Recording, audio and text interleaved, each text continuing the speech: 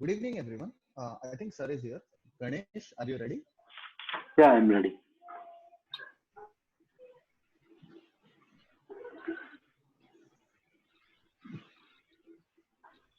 Shall I start, sir? Just a moment. Wait, Ganesh, Sir will. Okay. Ganesh, please start. Hello. Ganesh, please Hello. start. Yeah. Yeah, Ganesh, start. Yeah. So, good evening, sir. Today I'm presenting a case of baby Vaibhavi, who is 11-year-old female, studying fourth standard, came from Bangalore. Informant is father. She came for her regular hemodialysis session and asymptomatic at present. History of presenting illness. I would like to date back her history to the 10 years back when she is at the age of 6 months old when she developed her symptoms initially. Child was doing well till the age of 6 months.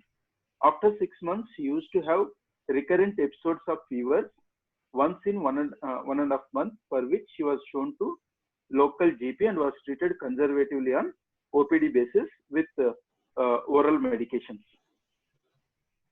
These fever episodes are not associated with any cough, breathing difficulty, vomiting, or excessive cry during micturition. No history of hematuria, no history of passing of gravel, no history of pyuria.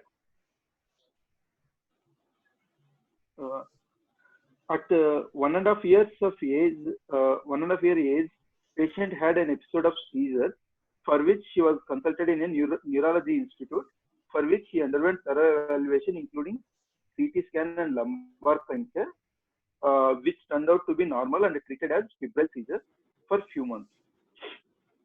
She continues to have recurrent episodes of fever, and her milestones were normal according to age. She continued to, at the age of 3 years, she again admitted with fever, and on evaluation, she found to have very high blood pressure. Father remembered her blood pressure as systolic 210 mm of Hg. She was evaluated for the same. For cause of hypertension, she was evaluated. At this point of time, her creatinine was 1.2, which later decreased to 0.6 at the time of discharge. At this point of time, she doesn't have any complaints of vomiting, headache, loss of consciousness, seizure, blood, and she was also told that after discharging, she was again evaluated for her blood pressure in the OPD basis, and she was told that she is having some leakage of protein in the urine. The quantification of the proteinuria is not known.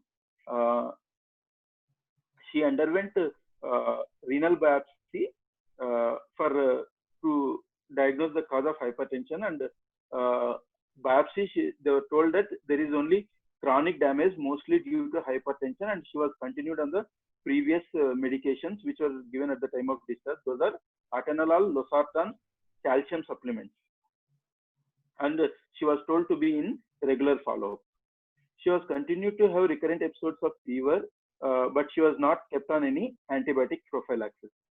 Her physical and mental growth were normal, at par with his peer group, and she was vaccinated according to national immunization schedule.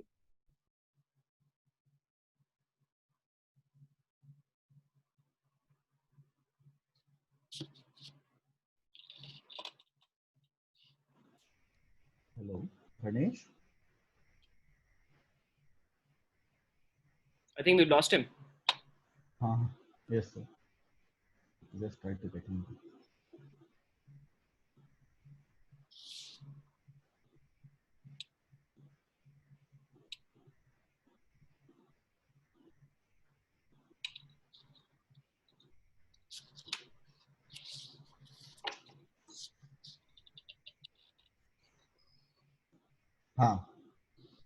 Ganesh?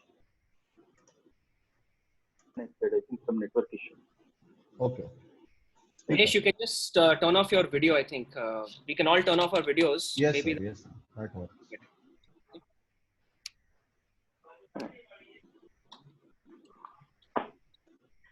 So she was continued to have recurrent episodes of fever, and she was not on any antibiotic prophylaxis. Her physical Turn and off the video. I have turned it off, sir. Okay. Yeah. she was continued to have recurrent episodes of fever. She was not on any antibiotic prophylaxis. Her physical and mental growth were at par with his peer group, and she was vaccinated according to national immunization schedule. She used to go to school and also play with her friends actively. There is no history of lethargy. Uptake was normal. In 2014, when the child was at the age of 5 years, she had an episode of fever for which she required admission and evaluation was done. At this point of time, parents were denied any history of burning micturition or abdominal pain or vomiting. But she continues to have high fever for which she required admission. On leading question, patient father told patient they observed patient had polyuria, which is more than 9 to 10 times per day, and nocturia, for which she required the change of two diapers in the night time. She denies any history of dribbling of urine, urgency, prolonged voiding, straining, urge incontinence, stress incontinence. There is no history of constipation or bowel incontinence. There is no history of spine surgery. But patient not achieved bladder control till date.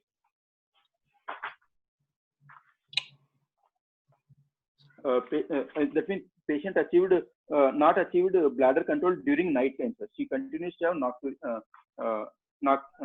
enuresis, nocturnal enuresis, for which she still also on a diaper.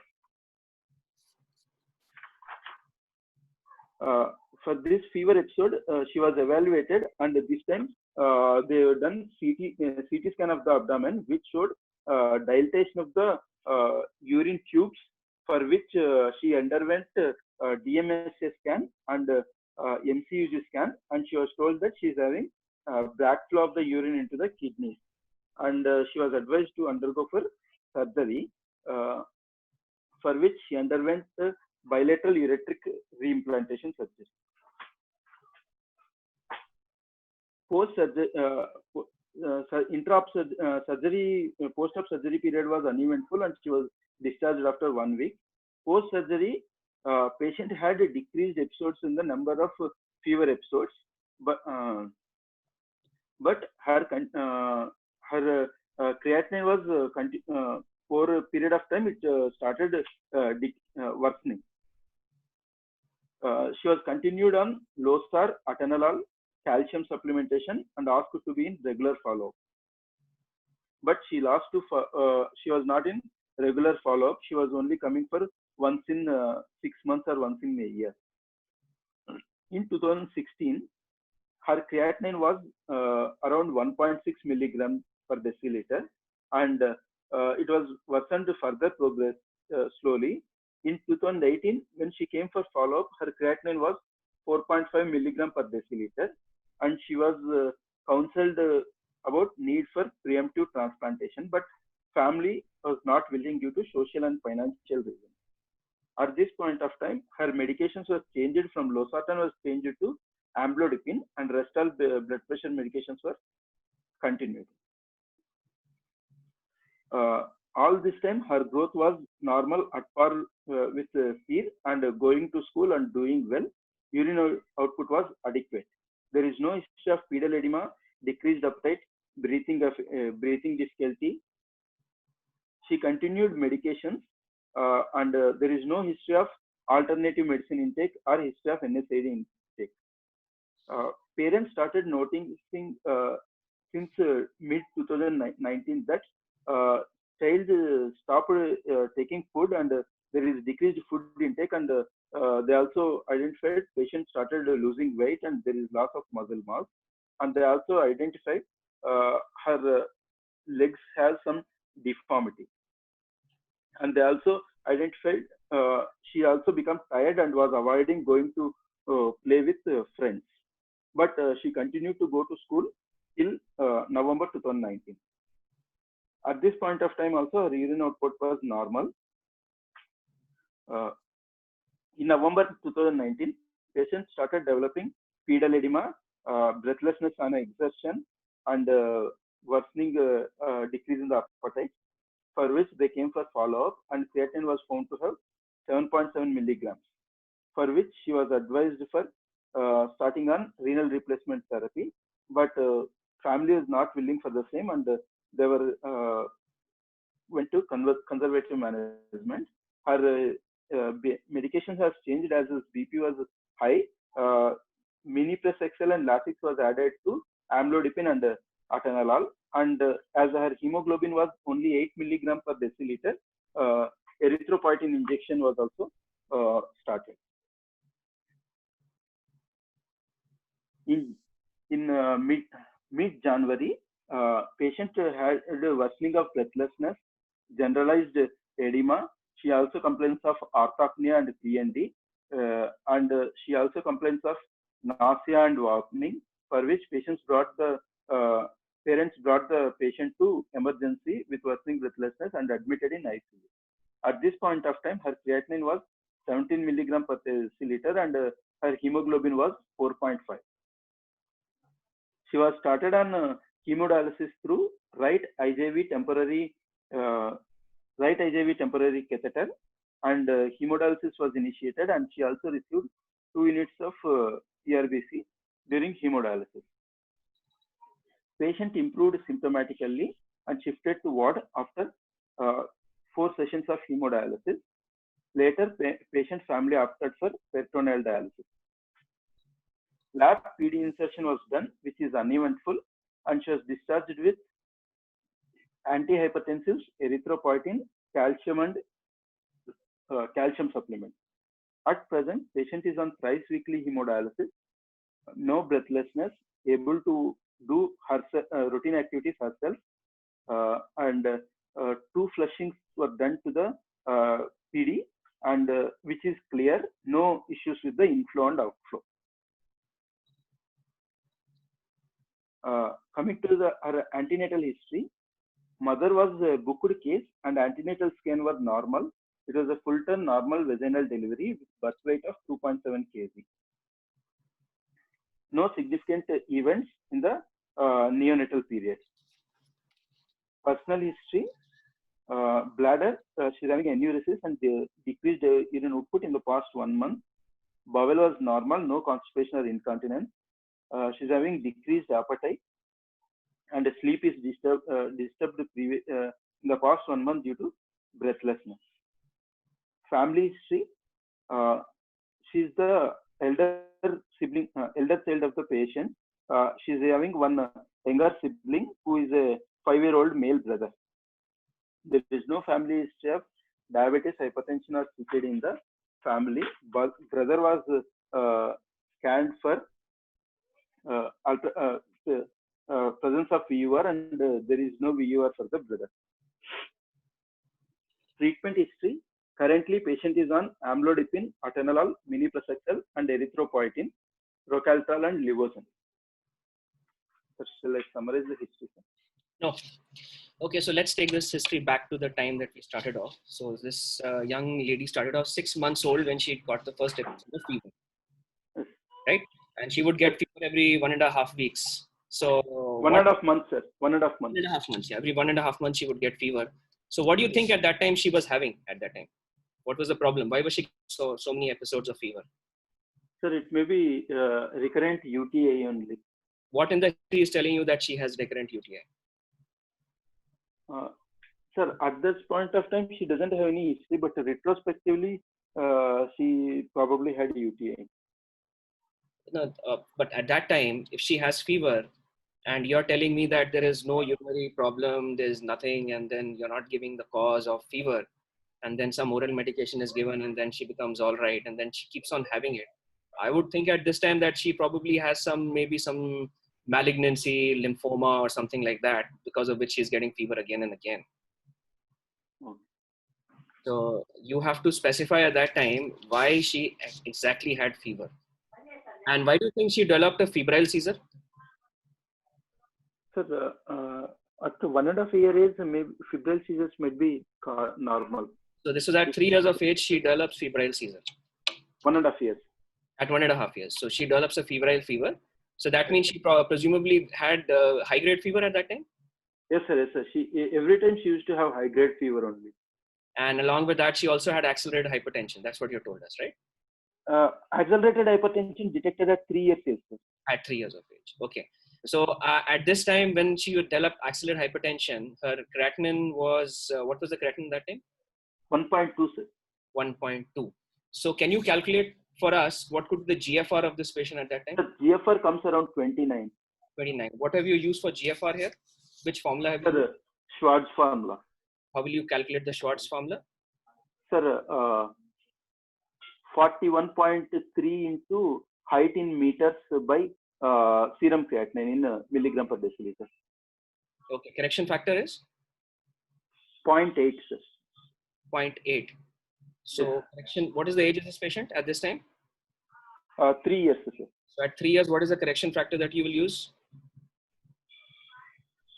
Sir, exact. Sure. So at 1 year, you use 0.5. At 2 to 7 years, you use 0.67. And more than 7 years, you use 0.8. So that's the Schwartz formula. After that, she starts to develop proteinuria. Yes, sir, in the next, when she came for next follow-up on repeated urine routine examination, they confirmed the proteinuria, sir. So what do you think is the indication of renal biopsy at this time? Sir, maybe her fever was not that severe to detect an ultrasound, so kidneys might be normal, and with high blood pressure and reduced GFR and proteinuria, they might have thinking some renal parenchymal disease like FSGS, sir. Okay, so the proteinuria is of significant value, because of which they've probably done a renal biopsy. Yes, sir. Yes. What else do you think could be the cause of proteinuria at this time? Sir, even reflex nephropathy can itself cause secondary FSGS, and there might be some proteinuria. So how much time does reflux nephropathy, how much time does it take for reflux nephropathy to cause FSGS, and how does it cause FSGS? Sir, because of reflux scarring, there will be secondary FSGS. Secondary FSGS. So the scarring leads to a maladaptive phenomenon, because of which you get secondary FSGS. Secondary FSGS. So secondary FSGS, would it produce so much proteinuria that you would think of doing a kidney biopsy at that time? Sir, few case reports have shown they may even have subnephrotic range up to 1 to 2 grams proteinuria also they can have in. So what is the indication of kidney biopsy in a child? Sir, reduced GFR and patients with reduced GFR, patient who not responding to steroid nephrotic syndrome. Yeah, so you basically have patients who have either an active urinary sediment or very high level of renal disease, which is not with a low GFR, or very significantly high proteinuria, which is significant to the fact that the patient has symptoms of nephrotic syndrome. Nephrotic syndrome. So do you think from your history, can we really figure out that this patient had something like that? And then, sir, this patient only had reduced GFR. At the time of discharge, the GFR was coming for 55 ml. Yeah, so the reduced GFR could also be secondary to sudden hypertensive challenge, right? Yes, sir. Right? Okay. Yes, sir. Then after that, this patient till 2014 is okay, and then develops very high grade fever. No, sir. She continues to have fever episodes, but in 2014, when she was at the age of 5 years only, she required admission. She requires admission at that time. And otherwise, they used to manage only oral medication. Yeah. And at that time, they found out that she has polyuria and nocturia, and that's the history that you've given. Why do you think she's developing polyuria and nocturia at this time? Sir, maybe because of loss of concentrating ability, because of increased scarring and IFTA.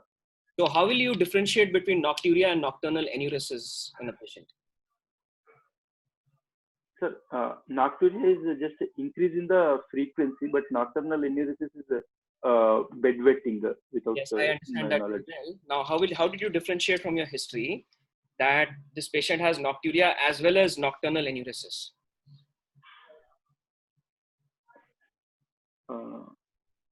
Exactly, I don't know. With nocturnal enuresis also have nocturia, or yes or no? Yes, sir. Yes, sir. They can also have nocturia. How do you differentiate? Sir, exactly don't know. You don't know. Okay. So why does nocturnal enuresis develop in patients, and what is the time by which they achieve bladder control? Sir, usually more than 50% patients, 50% child will attain bladder control by age of 5 years. Okay. And by age of 11 years, around 10% patients, 10% children will still continue to have nocturnal enuresis. And what is the mechanism by which they begin to develop bladder control progressively? Why don't they develop bladder control at the age of 4 years? Why it's 5 years and then 10 years? Why is that like that? Exact mechanism don't know. So there's a phenomena called a myelination of your nerve fibers. So as the myelination develops, your bladder control tends to get better. And so that's the reason why less than 1% of the children will continue to have nocturnal enuresis, despite of not having any renal dysfunction even beyond the age of 11 years, because probably the myelination has not taken place. Okay. And so then after that, a CT abdomen was done, and they showed that there was some dilatation. So what do you think was happening here? Sir, maybe hydroretronephrosis may be due to VUR. VUR. And what else can cause hydroretronephrosis? Sir, neurogenic bladder can cause hydroretronephrosis. What else? Megaureters can cause hydroretronephrosis. Okay. So now that you have presumed that this patient has already undergone bilateral ureteric reimplantation, if at this time you had to differentiate between these three, between VUR, neurogenic bladder, and megaureter from your history, how will you actually differentiate?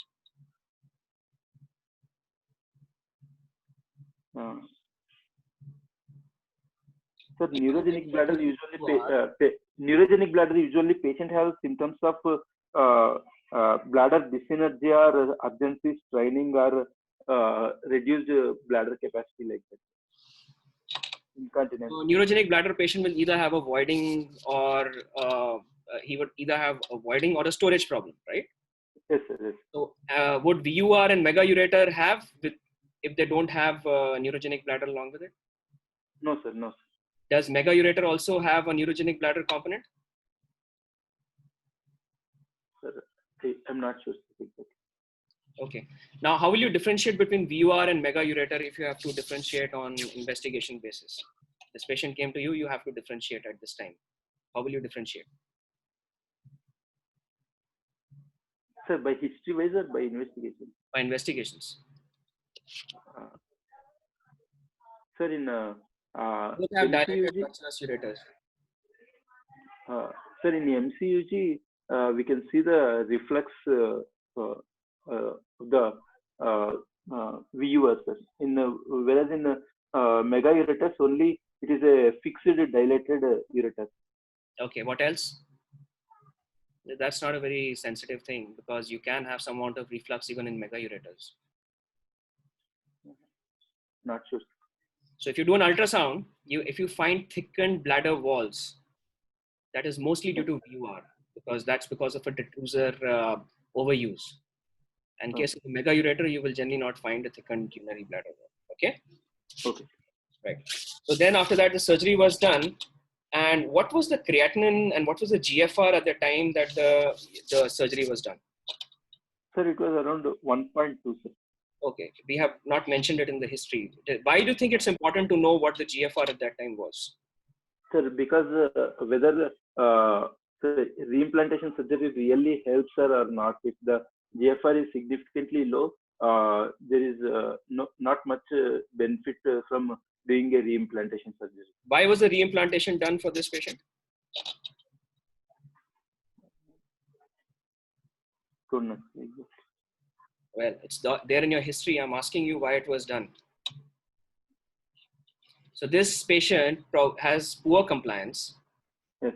He probably has breakthrough infections, which because now that we found out that she has bilateral hydronephrosis, She probably has a VUR, Yes. and she probably also has a significant amount of disease, Renal dysfunction. reflux nephropathy. Okay, Yes. and the creatinine has increased from 0.6 to 1.2 over a period of 2 or 3 or 4 years, whatever it was. Yes. Yes. So all of this would point to the fact that if you do not do a surgery for this patient, then you will have this patient ending up going into a faster progression of renal dysfunction. Yes. So you have to know what are the indications of doing surgery in a patient with reflux or VUR. Yes. So any age which is less than 5 years, or a patient who has breakthrough infections, or somebody who was non-compliant, or a neonatal VUR. Yes. Or if you see in serial DMSA scans that the scarring is increasing, or even on ultrasound, you find that the renal volume is not improving. Yes. That is, the renal health is not improving, then you would want to subject a patient to a surgical option rather than a medical option. All through this while, was this patient put on any prophylaxis? Was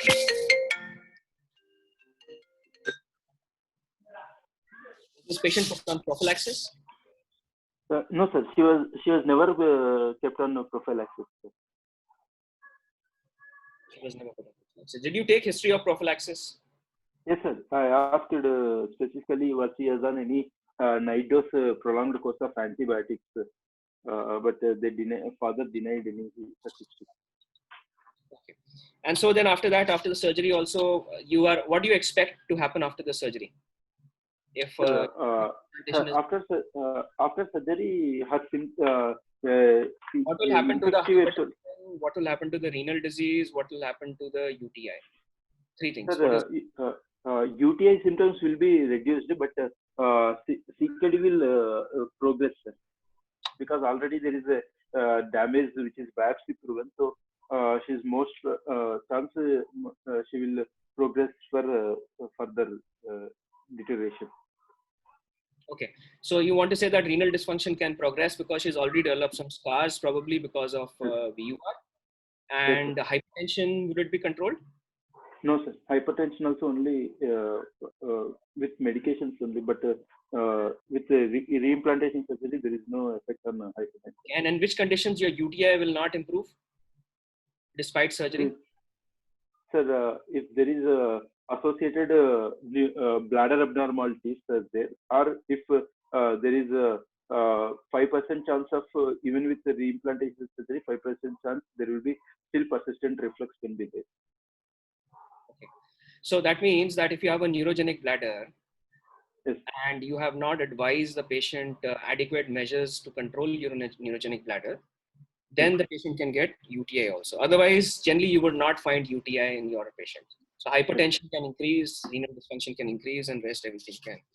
So then after that, the patient was advised for preemptive kidney transplantation, and urine output has been adequate, and she has been gradually losing her GFR. So from 2016 to 2020, over a period of 4 years, her creatinine increased from 1.6 to 17. So do you think this is the normal progression of patients who have this kind of a renal dysfunction? No, sir. It is actually faster progression, sir. It's faster. So what is the natural history, and what is the incidence of reflux-related nephropathy in the general population? Sir, VUR usually present in around with patients with history of UTI. VUR will contribute to 30 to 40% of causes. Mm-hmm. And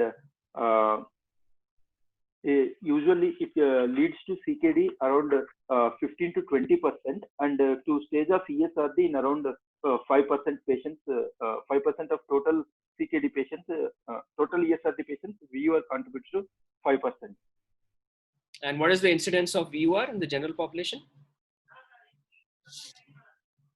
Sir, it is 1 in 1,000. Yeah, so that's the prevalence, 4 per 1,000, but the incidence approximately just 1%. Okay, so 1% is just the VUR. Okay, so then after that, this patient somehow progresses very rapidly, and the cause of that we don't know. You said that no drugs were given, nothing was given. So I would presume that probably this was poorly controlled hypertension. And maybe that is the reason why she has, and she's probably developed intermittent infections. Did she also give history of intermittent infections during this period? No, sir. After surgery, her infection episodes reduced significantly. Infection reduced, but did she give history of any intermittent infections? No, sir. She is not given any episode. And you said that they noticed muscle mass loss. What was Yes, sir. this? That is from 2019, middle of the 2019. Yes. So how did you ascertain that they meant muscle mass loss? Sir, the father is telling that all bulk is wasted, like that. Father is telling. That could be fat loss also. Yes. No, I want to ask how in the history you could actually ascertain that this is muscle mass loss. No. So muscle mass loss is generally associated with very severe degree of malnutrition, and it's associated with a lot of fatigue, lassitude, inability to do any work.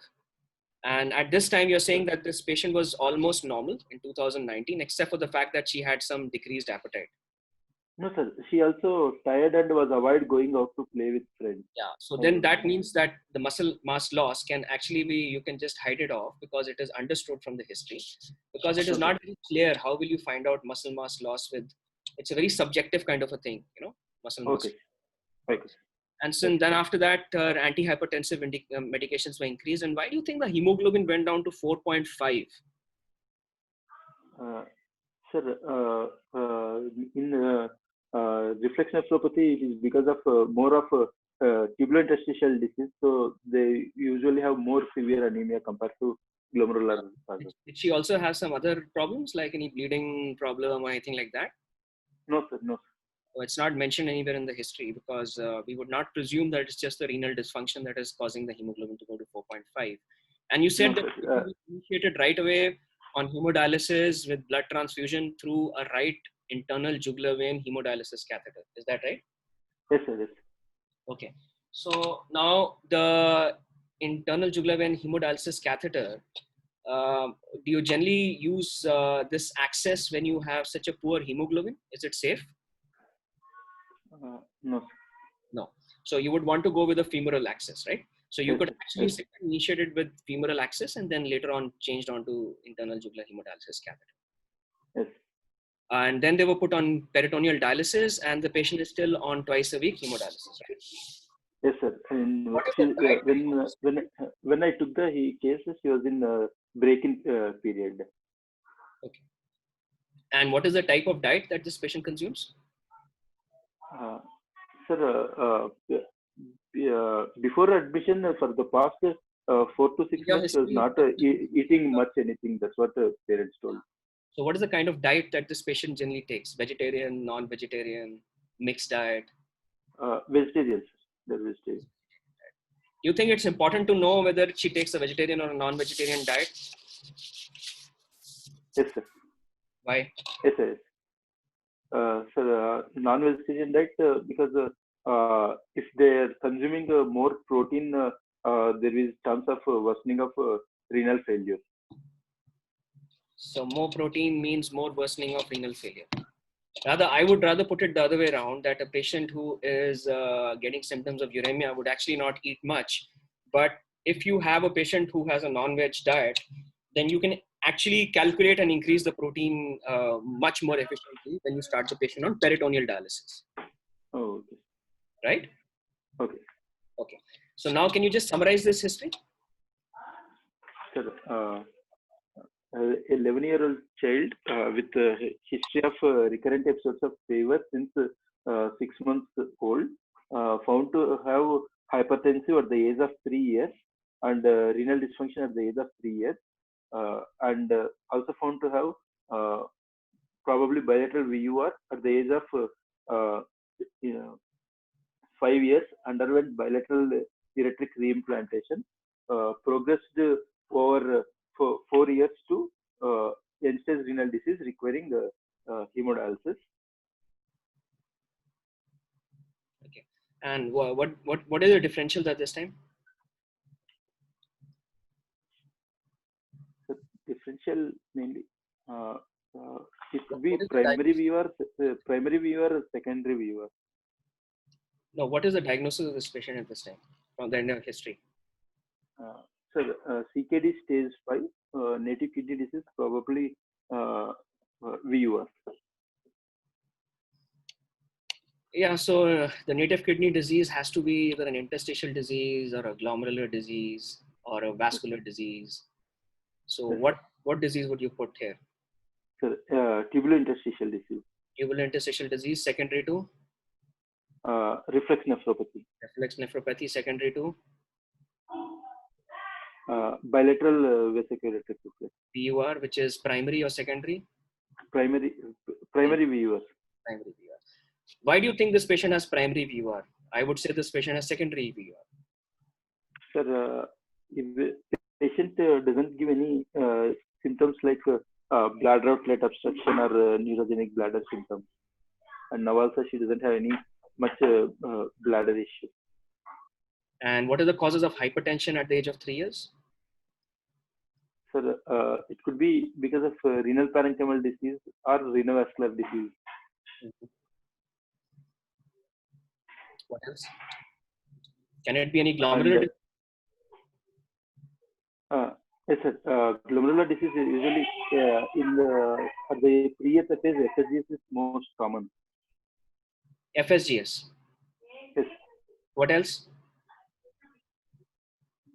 Sir, post-infectious glomerulonephritis is other cause. Yes, so post-infection glomerulonephritis, FSGS. And sometimes you can have a mesangial proliferative pattern, which could be either a C3 predominance, IgA predominance, IgM predominance, which can give. So now we come down to your examination.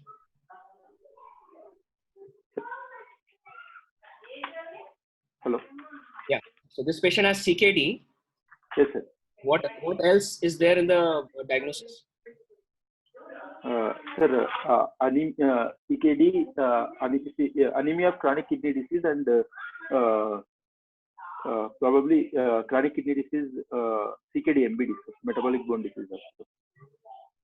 Metabolic bone disease, okay. And hypertension? Yes, sir. Systemic hypertension. And anything else? Sir, she's had surgery also, no? Sir? She's had a surgery also. Yes, sir. Status post bilateral ureteric reimplant. Okay, so we go to examination now. Sir, examination. Child was conscious, cooperative. She is thin built and poorly nourished. Height is 144 centimeters, which is 50th centile to the age, and weight is 28 kgs, which is 10th centile to the age. Head to toe examination, there is no frontal bossing. She is having pallor. There is no edema. No icterus, no cyanosis, no clubbing and lymphadenopathy. There is no splaying of the wrist bones. She is having genu-valgum deformities with the intermalleolar distance of 10.5 centimeters. There is no rickety rosary. Vital signs, pulse 86 beats per minute. What else did you look for in the physical examination? Sir? What else did you look for in physical examination? Sir, no rickety rosary or no Harrison sulfur. No Harrison sulfur. Anything you saw in the clavicles?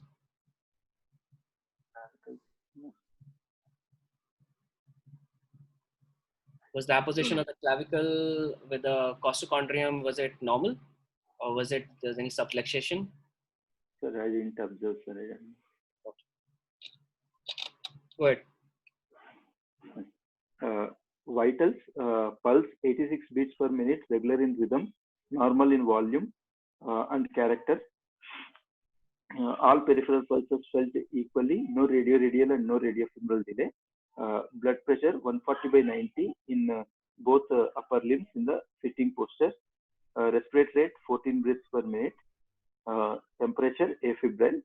Abdominal examination. On inspection, there is a scar in the suprapubic area. Linear healed healthy scar. PD insertion site is healthy. Sorry.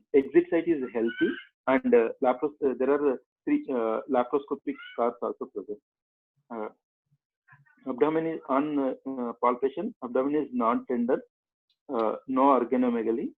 Hernial orifices are normal. Cardiovascular system, JVP couldn't assess because of right AJV temporary HD catheter in situ. First and second are normal, no murmur, no gallop rhythm, no pericardial rub. Respiratory system, Yes. bilateral normal, Yes. normal. Yeah, she has severe anemia. What would you expect in the cardiovascular system?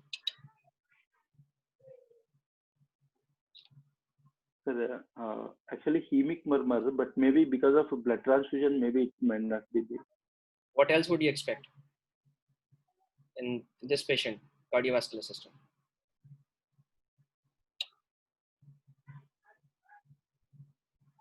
Would you expect a left ventricular hypertrophy? Yes. Would you expect a pericardial rub? Sir, pericardial rub is not there, sir. I auscultated for it. Yeah, I know, but I was just asking, what would you expect? Yes, sir, pericardial rub. Yeah, it's very surprising how it's not there, considering the course of this patient. Yeah. So, okay, go ahead. Respiratory system, bilateral normal vesicular sounds heard, and no added sounds. Central nervous system, there is no focal neurological deficit. Fundus is normal.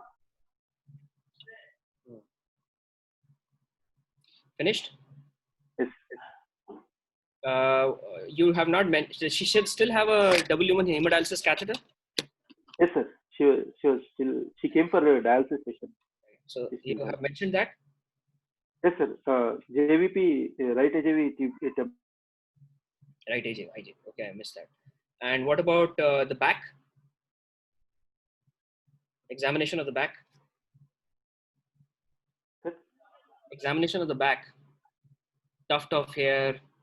No, sir. Spine examination, no spinal deformity, no tuft of hair, no signs of myelomeningocele. What will you look for if this was a patient of neurogenic bladder? What would you look for? Any signs of spina bifida or myelomeningocele, tuft of hair. And?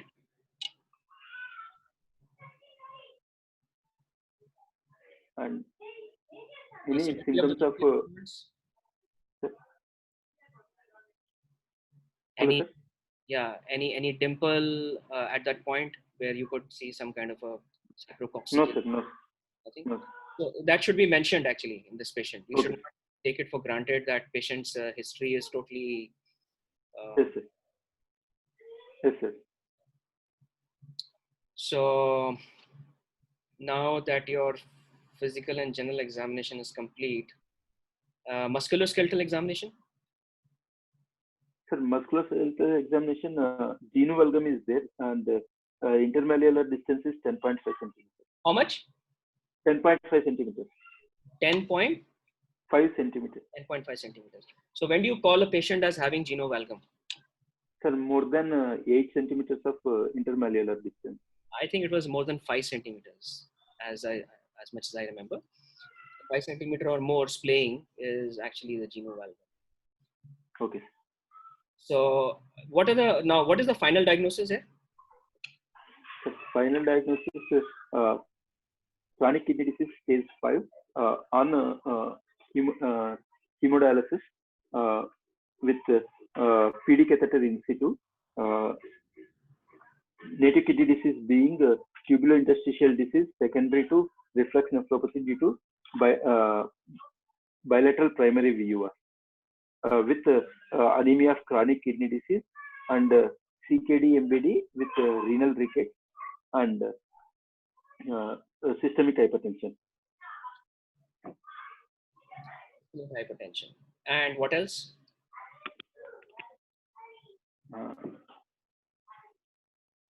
He also has, I think, when you were describing the general physical examination, everything was less than the centile that is generally desired. Yes, yes, what 10 centile. 10 centile. Weight is 10 centile.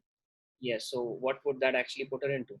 Is there something that Malnutrition, renal malnutrition. It's called protein energy wasting now. Yes. EEW. Okay. Yes. Yes. Right. So now that this patient has come to you, now if this patient had come to you when she was 3 years of age, Yes. how would you follow up this patient? Sir, 3 years of age, any recurrent fever, usually with rice creatinine, we have to see urine routine and urine culture and blood culture and ultrasound, USG abdomen with DMSA scan. If DMSA scan is showing any scars, we have to do MCUG. Hold on. So now at 3 years of age, she comes to you with recurrent fever. You would Yes. start with urine routine, urine culture. Yes. You don't want to see anything else primarily before that?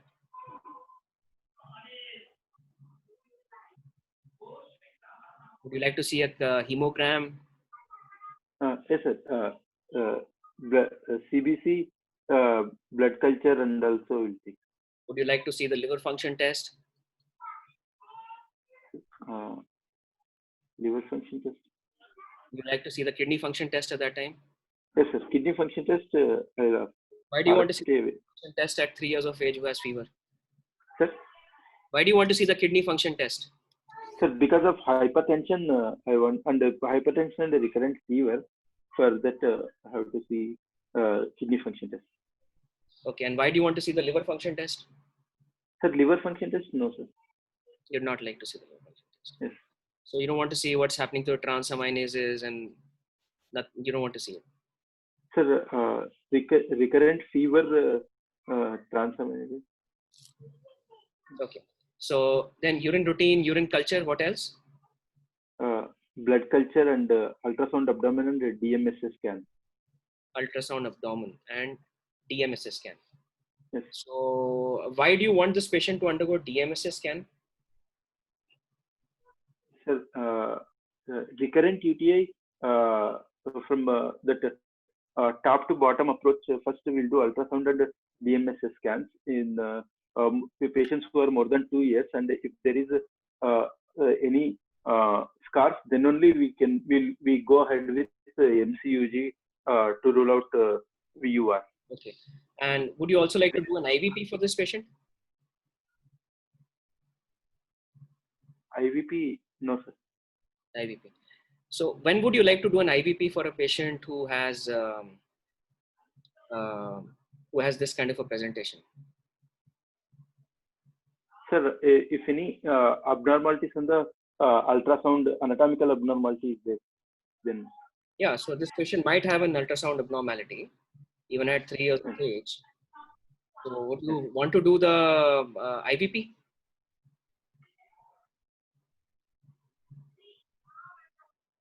Sir, if to rule out any PUG obstruction, we have to do. And what else can the IVP tell you? PUG Tell you something about the chalices? Yes, sir. Okay. To rule out genitourinary PB. Yeah, that too, and plus it can also tell you about the blunting of chalices or any chalisal abnormality secondary to some kind of a reflux disease, right? So now the DMSA scan was done and you find scars. Now, how will you go further? Sir, we have to do MCUG to look for reflux and any whether it is primary reflux and to see the lower urinary tract also, whether any obstruction is there. Okay. Like, so what are the different types of methods of MCUG that you're aware of? Sir, standard conventional MCUG or radionuclide DRCG we can do. Yeah. So what would you like to do in this patient first? Sir, first episode I will prefer MCUG because DRCG won't give the grading of the reflex. Mm-hmm. So for grading of the reflex, I would like to do MCUG. Okay. So now MCUG, what is the biggest problem with doing an MCUG? Sir, MCUG it predisposes the child for infection, and it is associated with radiation exposure. Okay, so that means that if you use a radionucleotide, then you have lesser exposure, and with the radio contrast, you have more exposure. Can you also tell us how to do the MCUG? Sir, MCUG, first prior we have to give oral antibiotics, either amoxicillin 1 hour, 1 hour prior to procedure, or clotrimazole 8 hours prior to the procedure. And we have to give enema to the child prior to the on the prior day to the procedure. Okay. Hello. Yeah, go on. And then You do it. yes, and then on the day of the procedure, we have to ask the child to empty the bladder, and then we have to put either infant feeding tube, infant feeding tube, and first we have to take first clean the meatal area. You first clean the meatal area and then insert the feeding tube or a 5 French Foley. Yes. Okay, and then we'll take the scout film. We take the scout film. Sorry, you're breaking. What did you say? What we take the scout film, sir. Scout. The scout. So then, once you put the tube inside, then what do you do after that? Sir, we will fill the bladder with radio contrast. Sir? Hello, sir. Hello. Hello. Hello. Am I audible? Hello, sir. Yes, sir. Audible, sir. Yes. Sir. Yeah. So once you put the tube inside, Ganesh, then what do you do after that? You get some urine, right? Yes, sir. Yes. You will have some amount of residual urine which will come out.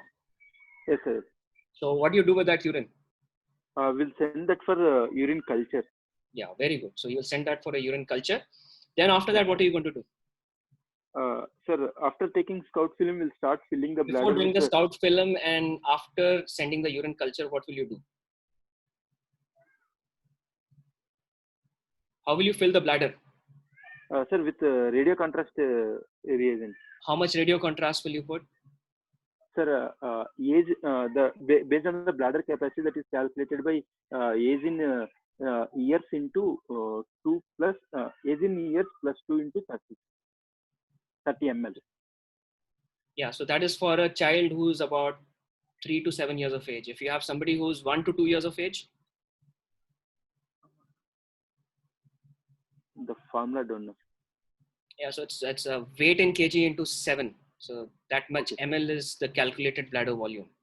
So you will actually let the radio contrast along with the saline flow under gravity till the point that you feel that there is no further movement of saline through the Foley's catheter. And then what do you do after that? We'll rotate the child in 45 degrees and ask to flex the right leg so that we can have better view of the. What do you do with the Foley's catheter? Foley's we will remove. Yes, so you clamp the Foley's, remove the Foley's. Yes. Then after that?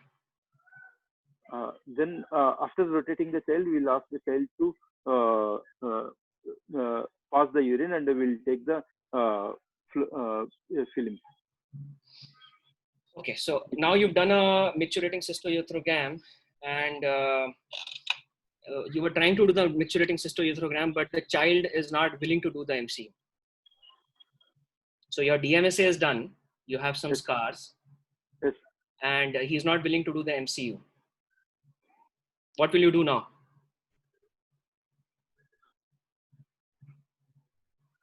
We'll put on our antibiotic prophylaxis. Your diagnosis is still not completely made. That's why I'm asking you, how will you make the further diagnosis? Don't know. Can you use the ultrasound in some manner in which you can find out what's going on? So you can not actually sure. do the ultrasound Doppler of the ureteric areas. Okay. Find the anatomy of the ureters, the location of Okay. the ureters, Okay. and you can also do you can check the ureteric jets on either sides. Okay. So you're generally supposed to have about 6 to 12 peristalsis of ureteric movements every minute. So Okay. anything which is less than that can be picked up on the Doppler because you can see the movement of the.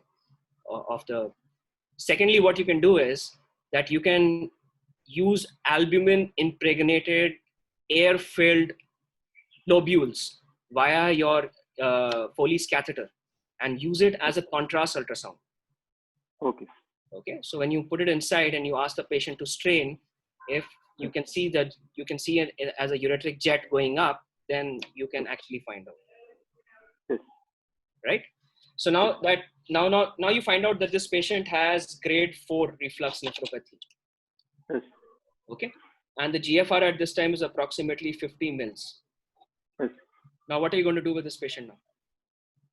Sir, He has recurrent fevers, and maybe that this patient has recurrent UTIs because has been demonstrated to have scars in both the kidneys. yes.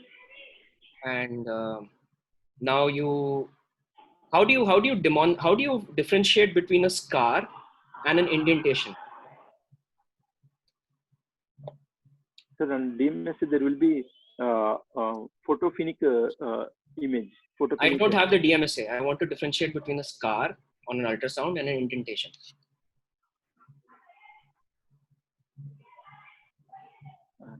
Not sure. Yeah, so the scar will actually be very close to a pulled up papilla. So you will have to have a destroyed or pulled up papilla, and corresponding to that, you will have a scar on the surface. Okay. Okay. So now that you did your ultrasound Doppler and you have found this, now how will you manage this patient? Grade 4 VUR. Sir, as a patient is having already reduced GFR and it is grade 4 reflux, so it is better to go for surgical reimplantation. So this patient is because the chance 3 years of age. Let me just recapitulate. She has 3 years of age. She has recurrent UTI. Yes. She has some history of non-compliance. Yes. Okay.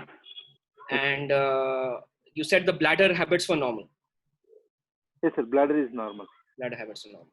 So you would directly go in for surgery, or before that you would want to do something? Sir, as already GFR is low and grade 4 VUR, which is less chances to resolve. So I would prefer to go for surgery. So in grade 3, grade 4 VUR,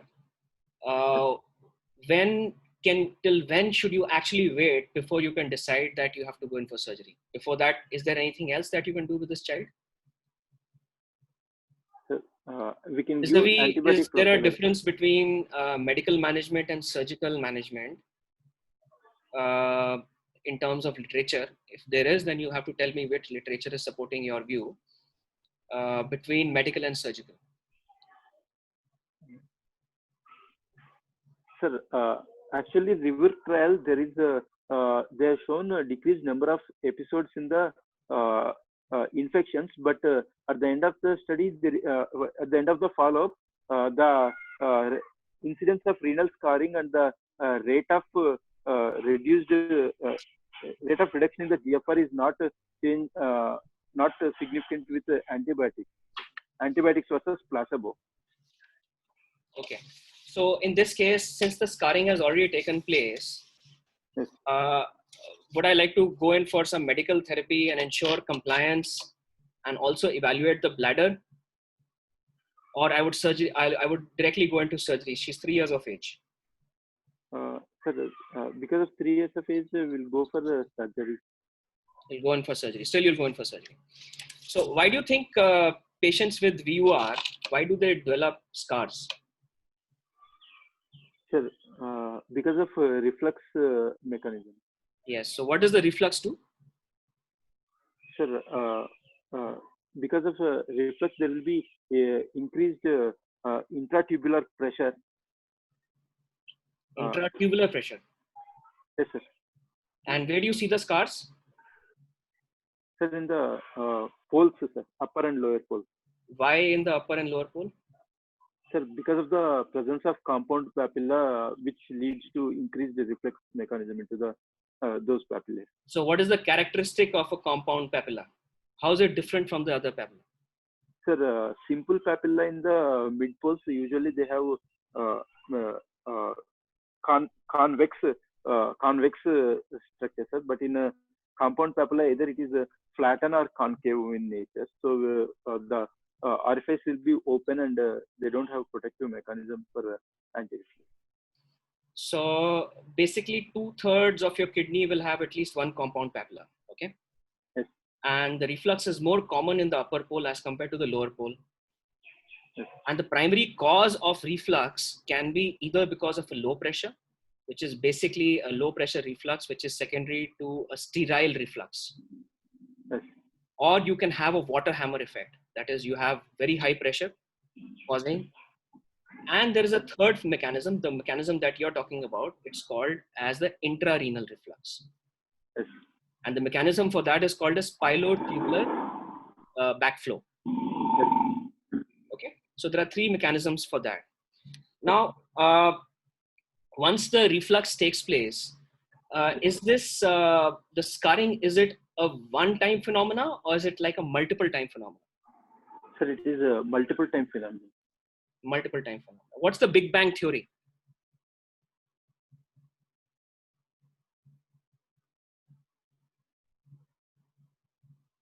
So the Big Bang theory is. Hello? Yeah. What's the Big Bang theory? Hello? Yeah. Hello. Can you hear me? Yes, sir, I can hear.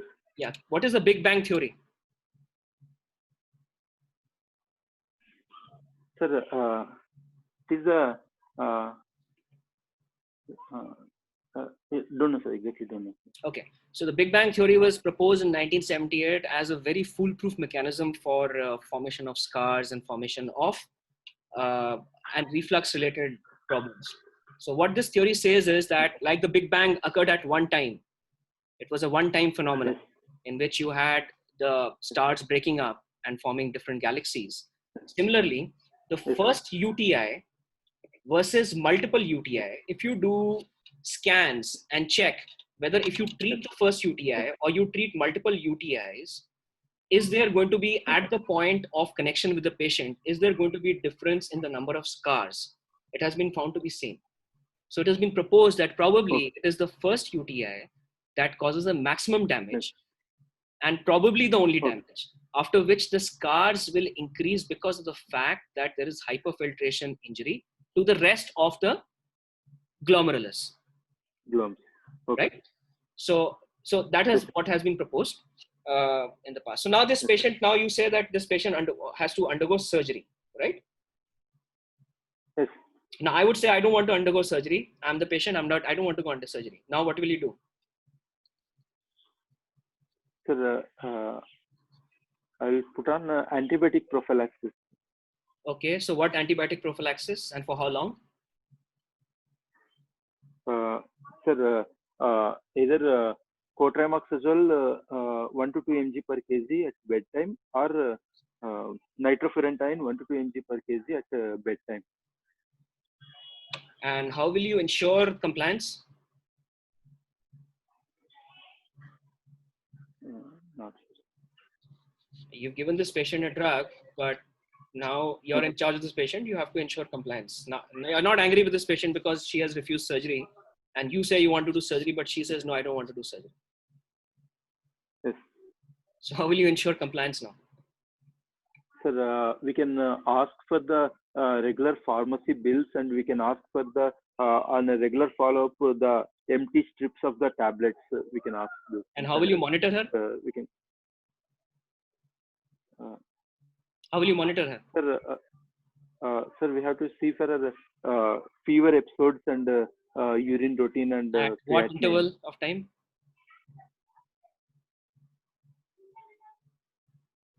Uh, 3 months. 3 months. Once in 3 months. So whenever you have to ensure compliance, it would be better that you call such a patient at 1 monthly interval if it's possible. And Okay. at least try to look at their clinical examination, look at what you're talking about.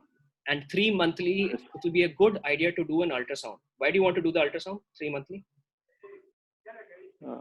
To look for scars. What will you find in 3 monthly ultrasound? Don't know.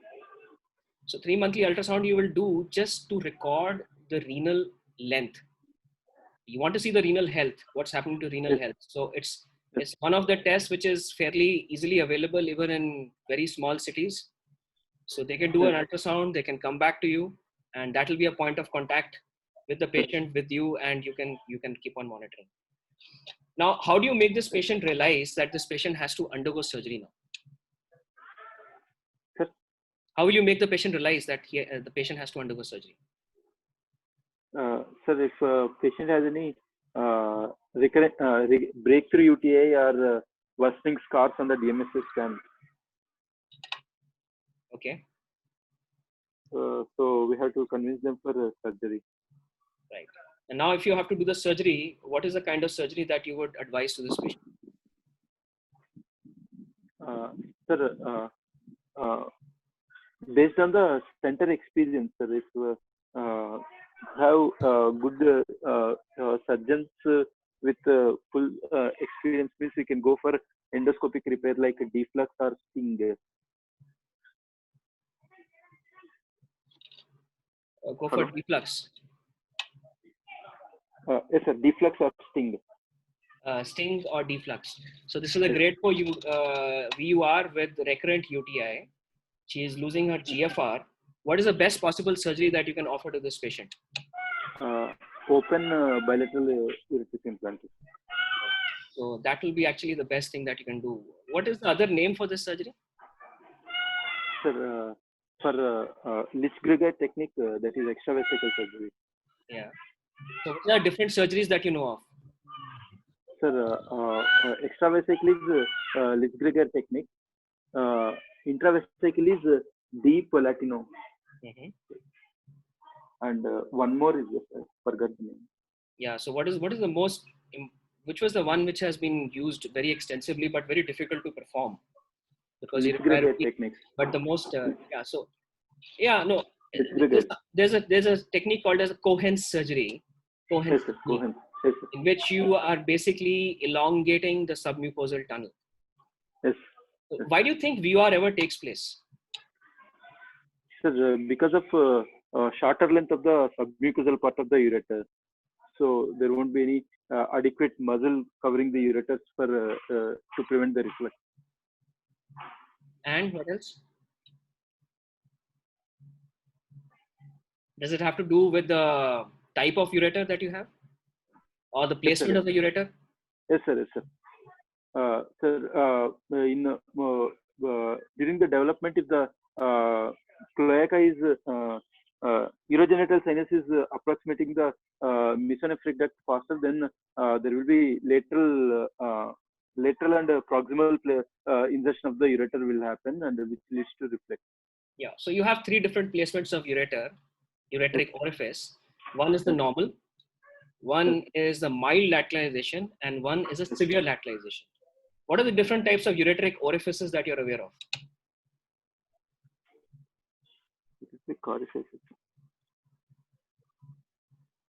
I don't know. Okay. So you have the conical, which is the normal. Then you have the stadium, you have the golf hole, and you have the horseshoe shaped. Okay. So you have 4 different types of orifices. Yes. So you said this patient has mineral bone disease, right? Yes. MBD. Yes. Yes. So what from the history, which kind of mineral bone disease do you think this patient has? Sir, high turnover disease. High turnover bone disease. Yes. So on history, how will you differentiate between high turnover, low turnover bone disease? Sir, rickets is associated with high turnover bone disease. Okay, and what else?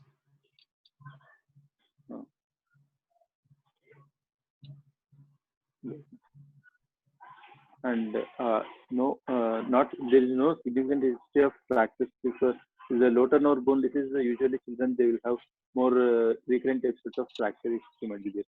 Bone pains are present in what? In which one? Bone pains in low turnover disease.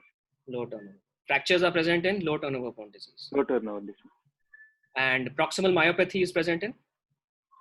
High turnover disease. High turnover bone disease. What else is there in high turnover bone disease? So they can have brown tumor. Brown tumors, okay. And painful distal phalanges. They can have. What is that called? Sir, osteitis fibrosa cystica. Yeah, so but what is that thing called? It's called something to do with acrosteonecrolysis of the digits. Yes. And red eye syndrome? Red eye syndrome is also high turnover bone disease. High turnover. How do you define reflux nephropathy? So reflex nephropathy is presence of hypertension, proteinuria, and reduced GFR secondary to vesicular reflux. Yeah, so it's basically reflux nephropathy is a renal disease associated with vesico-ureteric reflux, which is characterized by either dysplastic kidney or presence of variable degrees of renal damage, hypertension, and in utero damage. Okay. Okay, and how do you define CKD MBD? So CKD MBD is what are the different components of CKD MBD? Sir, it is a radiological diagnosis and biochemical diagnosis and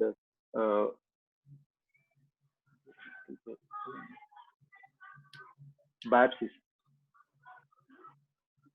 And biopsy. Okay.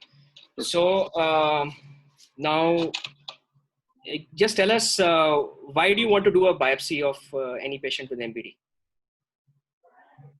Sir, to know the exact nature of the bone pattern. Okay. And do you want to also tell us something about some classification in renal bone disease? Sir, high turnover disease, low turnover disease, and mixed pattern. Mixed pattern. What is the TMB classification? Sir, TMB classification is it is mineralization, volume, mineralization, and density. Yeah, turnover, mineralization, and volume. And yes. Right. So, what is the how do you do a bone marrow aspiration? You must have done it. What is the name of the needle that you use for bone marrow? Sir, Thales needles. Have you heard of Jamshidi needle? Yes, sir. Jamshidi biopsy needle. Yeah, so that's what we generally use. And what are the different stains that can use on your bone? Sir, bone. I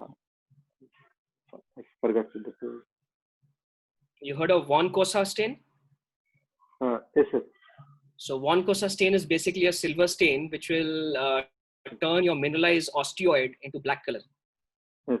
Then you have a Masson Goldkner trichrome stain. Yes. And in that also, your remaining bone will all be brown and the mineralized osteoid is going to be blue in color. Yes. Okay. Yes. And any other stains you know of? Sir, double tetracycline this labeling. Tetracycline So how do you do the double tetracycline labeling? Sir, first we'll give tetracycline, and after 10 days we'll again give oxytetracycline. So I'll make it simple for you. So basically you have to give oral tetracycline 500 milligrams on day 19 and day 20 before the biopsy. Yes. And then repeat it at the 6th, 5th and 4th day before the biopsy. Yes. And then you have to see what is the length of the label at the interface of the osteoid, and also the distance between the two labels. So that's called an apposition rate. So if your apposition rate is satisfactory, that means the bone formation rate is satisfactory. And why you need to know that is because if the bone formation rate is satisfactory, then you can call it as a high turnover bone disease. Otherwise, everything else will fall into low turnover bone disease or an osteomalacic disease. There are two other stains which we use on the bone. One is the tricarboxylic acid stain, and one is the acid solochrome azurin stain, which is basically used for aluminum toxicity. Okay.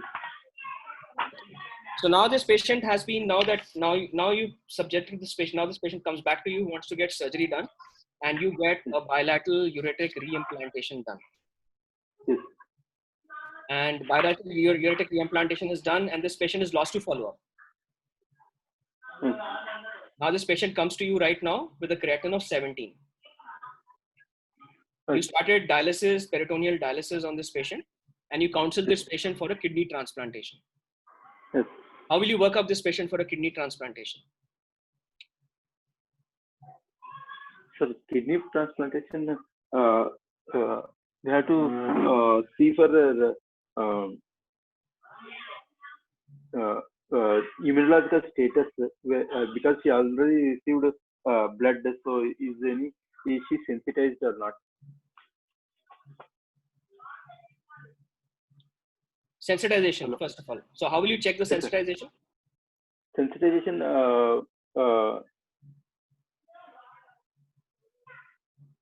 sensitization we'll see with if the living donor is available, either father or mother, will see CDC and either flow cytometry or Luminex DSA. Will that tell you the sensitization of this patient? Sir? Will that tell you the sensitization of this patient? No, sir. That will not. So what is the first thing that you would want to do whenever you want to work up a patient for transplantation? What do you assess first? Is there a physical assessment, there's a psychological assessment, and then there's an immunological assessment? Yes. Right? Yes. And I would rather go in for a panel reactive antibody for this patient to see what the sensitization of this patient is to the general community. Yeah. Okay? Because I don't know whether this patient is going for a live related transplantation or whether it's going for a cadaveric transplantation. Yes. Right? So first I will look at the physical examination of this patient. I find that the biggest problem with this patient is that patient has mineral bone disease, and patient also has severe protein energy wasting. Yes. So I will work out on that. I will first see what I can do with that, how I will prescribe a diet. What is the kind of diet that you want to prescribe to this patient now? Sir, high protein diet. What is the high protein diet? Sir, 2 to 2.5 milligrams per kg body weight. You will be able to give that much? 2 to 2.5? This patient is uremic, and you said she was not eating, and you will straight away push in 2 to 2.5. I don't think even bodybuilders also must be taking that. So how will you do?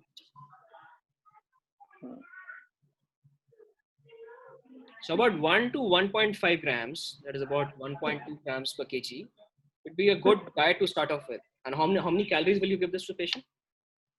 Sir, calories, 35 kilocalorie per kg body weight. Okay. And what else will you see in the diet? Sir, diet, we have to see this vitamin supplementation also we have to see. Vitamin supplementation. What else? Vitamin supplementation.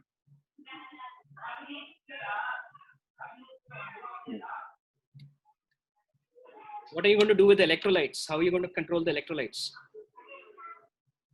Sir, this potassium restriction. How will you manage the anemia? Diet-wise. Sir, anemia we have to give this EPO injection. EPO and iron and vitamins and proteins and calorie, everything is done. Now I'm coming to the mineral. Yes. Mineral usually, hello? Yeah. Sir, mineral part. Talking about mineral means I'm talking about biochemical minerals such as calcium, phosphorus, sodium, potassium. Yes, sir. Yes. We have to see the calcium, phosphorus, and PTH levels.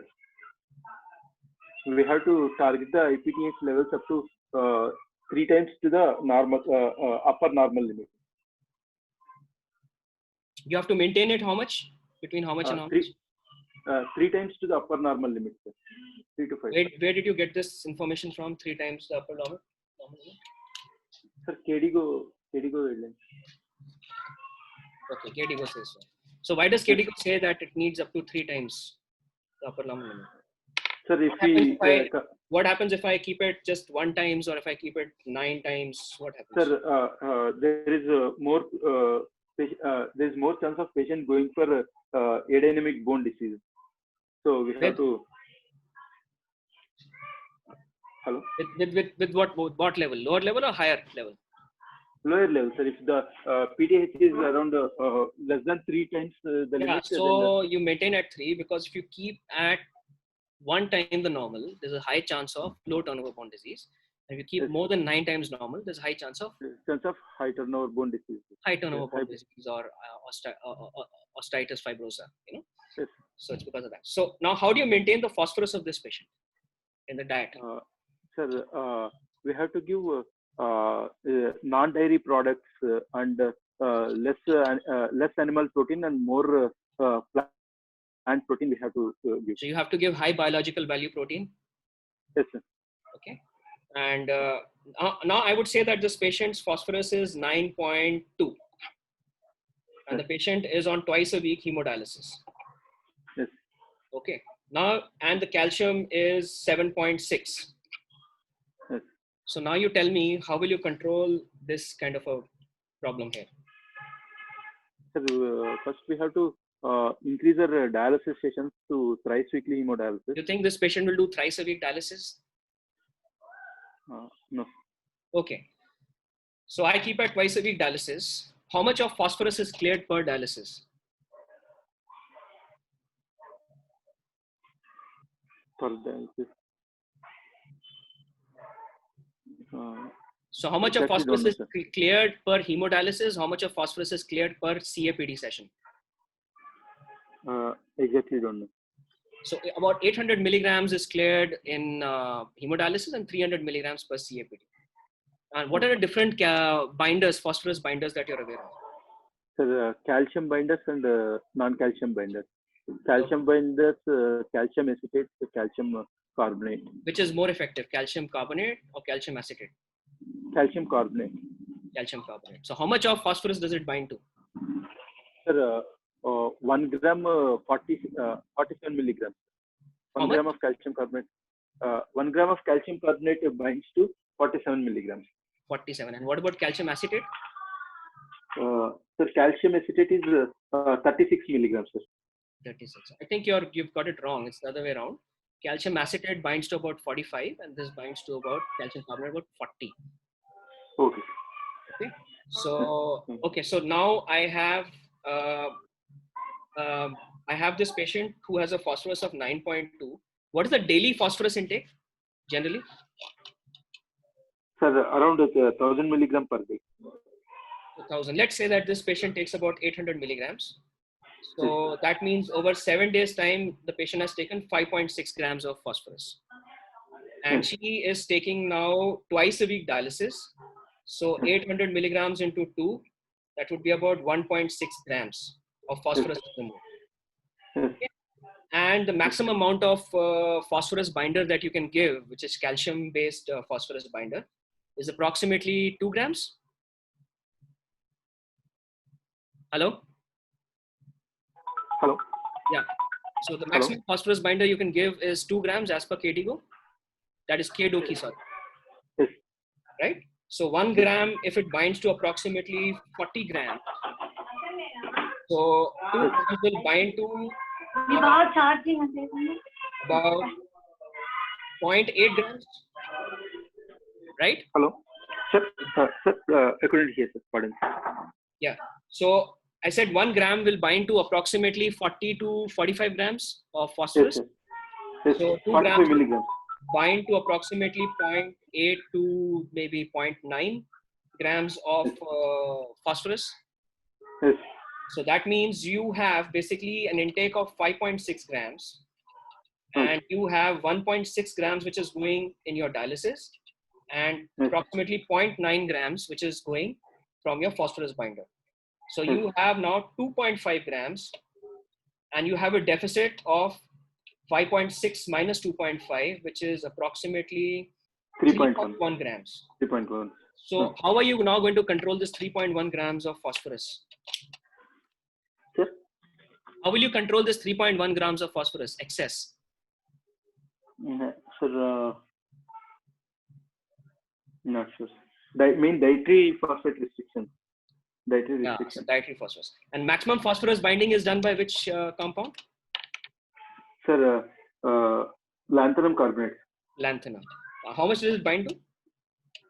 Sir, 90 milligrams. 90 milligrams.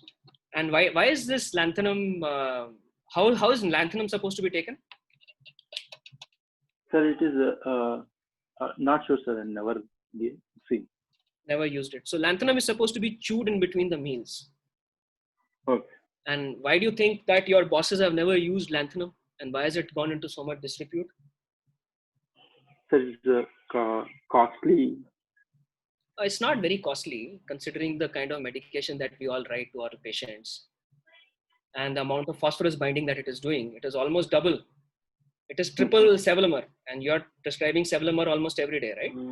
Yes. Yeah. So why? Lanthanum it accumulates in this bones and it may cause. Yeah. So it has an accumulation potential, the long-term effects of which are unknown. Number two, it has a very chalky flavor. Okay. When you're chewing it, you're feeling like that you're chewing chalk. And why does this phosphorus binder have to be chewed? And why the rest of the phosphorus binders don't have to be chewed? No, yes. So lanthanum is basically a chelating agent. Okay. It's combined with carbonate, and so you have to dissociate it so that once it goes into the gut, it gets dissociated in the proximal part of the gut and starts the reabsorption in the distal part of the gut. Okay. Okay. So that's the reason why it has to be done that way. And tell me something about the phosphorus. What is the best time to check phosphorus in a patient? Sir, it is a pre-dialysis. No, you can check any time of the day.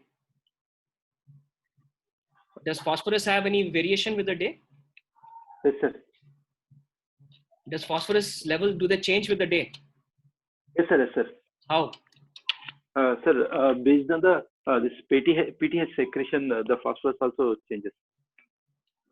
No, I don't. PTH has actually no association with this. Basically, what happens to phosphorus is it nadirs at around early morning. Right. Then it starts to plateau till about 4 o'clock in the evening. And again, it becomes to rise. And then it has the highest level between 1 o'clock to 4 o'clock in the morning. Okay. The best time to actually check it is somewhere mid-afternoon, because that's the time it's plateauing. Otherwise, you will catch either a very high value or you will catch a slightly lower value than what you have to target. Yes. And what is the best time to do a blood sampling in a dialysis patient? Pre-dialysis. Pre-dialysis. And if suppose you want to do post-dialysis? Sir, post-dialysis, in the dialysis period only we have to see. Or after 6 hours after the dialysis. 6 hours? Yes. Why the value 6 hours? Sir, why do people check? Yeah, so why do people check the blood? Why do the people do blood test post-dialysis? What for? Bun they will see. Yeah. So what is the urea kinetic model which states something called the urea rebound phenomena?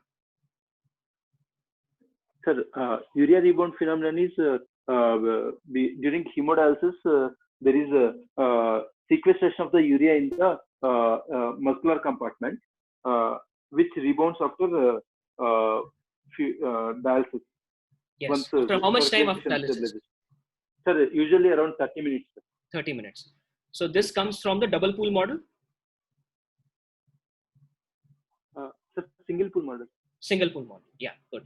So basically about 30 minutes, after 30 minutes, people generally want to check the blood sample for two reasons. One is there is no effect of heparin, presumably. Secondly, if you're checking urea, you're also expecting other electrolytes to probably normalize, and you want to check what the efficiency of dialysis is. And so you check a post-dialysis sample. Now this patient, you wanted to work this patient up for transplantation. Now you have given a particular diet. You have assessed the comorbidities of this patient, okay, whether this patient has any UTIs presently or not. And you would also like to assess the bladder. Now, how will you assess the bladder of this patient? Sir,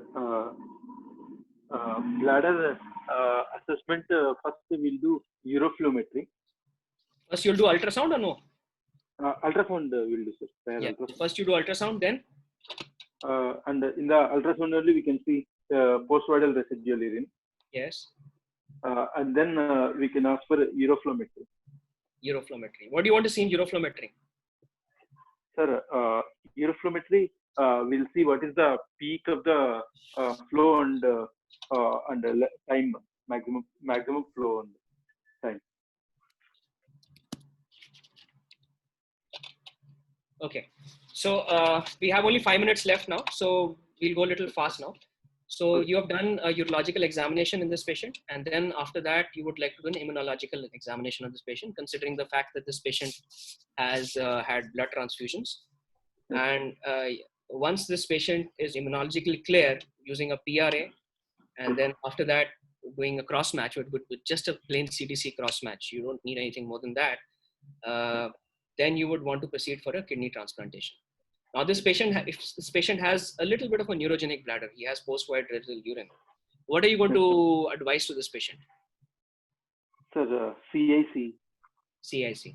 So if a patient is prescribed CIC versus, and if you compare these patients post-transplantation with normal patients who are not on CIC, who have non-neurogenic bladder, is there a difference in outcomes? Sir, if patient outcome and graft outcome. Yes, sir. If they are compliant with the CIC, the outcomes are almost same, sir. Outcomes are same. So the graft outcomes are almost same. The patient outcomes could be different. For example, they could still have recurrent UTIs, yes, but that does not affect the graft. So why does it occur? Why does it happen that if you have recurrent UTIs when you're on CIC, long-term data shows that the graft outcomes are almost comparable to the other people? Don't know, sir. Exact reason don't know. Okay, so this has to basically do with the concept of intrarenal reflux. Yes.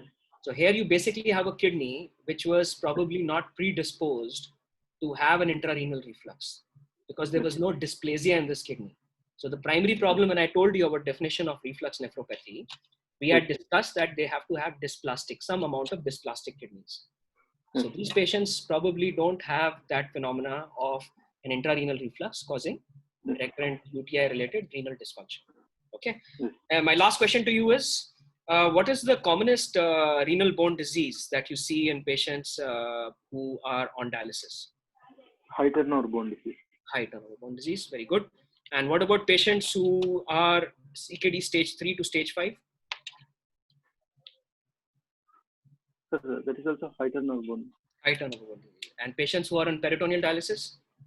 Low turnover bone disease. Why do you think patients with CAPD, why do they have low turnover bone disease? Sir, because of the calcium supplement in the bag, that is 1.75 mm. Okay. So you think that the calcium in the bag causes the suppression of the PTH, and probably that's the reason why the low turnover bone disease occurs. Yes. Could it be anything else? Okay. What are the other markers of bone disease? Sir, calcium, phosphorus, vitamin D, and PTH. And? Bone ALP. Bone ALP. And?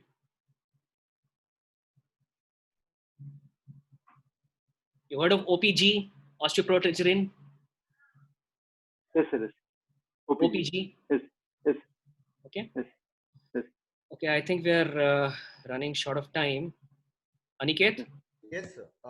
Sir, thank you so much, sir. You don't know how much this was important to us. So many new things we learned. Thank you so much. Yeah, we could actually. The problem is that the Zoom will cut us off. What is the problem? Because Sir, right now we have done, I think, about 50 to 60% of this topic. okay, sir. Sir, maybe some other time, if you are free, we can have one more case or something like that. Maybe we can Okay. All right. Is there any question that anybody wants to ask? Yeah, that was mine. So overall, you've done well. Sir, Prashant. Thank you. Thank you. Prashant, Okay, your history was Thank you, good, except that there are little loopholes. You have to, when you're going through the history, you have to actually describe the renal dysfunction at each and every time. What has happened to the hypertension? What has happened to the proteinuria? And a little bit on why the patient was lost to follow up. Was it a social issue? Was it an economical issue? What was it all about? It was mainly economical issues, sir. Mainly economical issues. Yeah, I could figure out later on but it was not there on the history. So, Yes. Yeah. Yeah. Sir, in pediatric age group, which type of MBD is more common, sir? Yeah, so in the pediatric age group, you actually have the low turnover and the mixed type of bone disease, which is more common. Sir, we were not able to find any reason about that. Yes, even I don't know the reason for that. If you find out, please send it to me on my email ID. Right. I've been trying to look for it for several years. But that's basically, how do you get to know what is the bone disease is basically from all the biopsy data that has been collected all over the world. So there are publications which say that there is some kind of maybe it's to do with the marker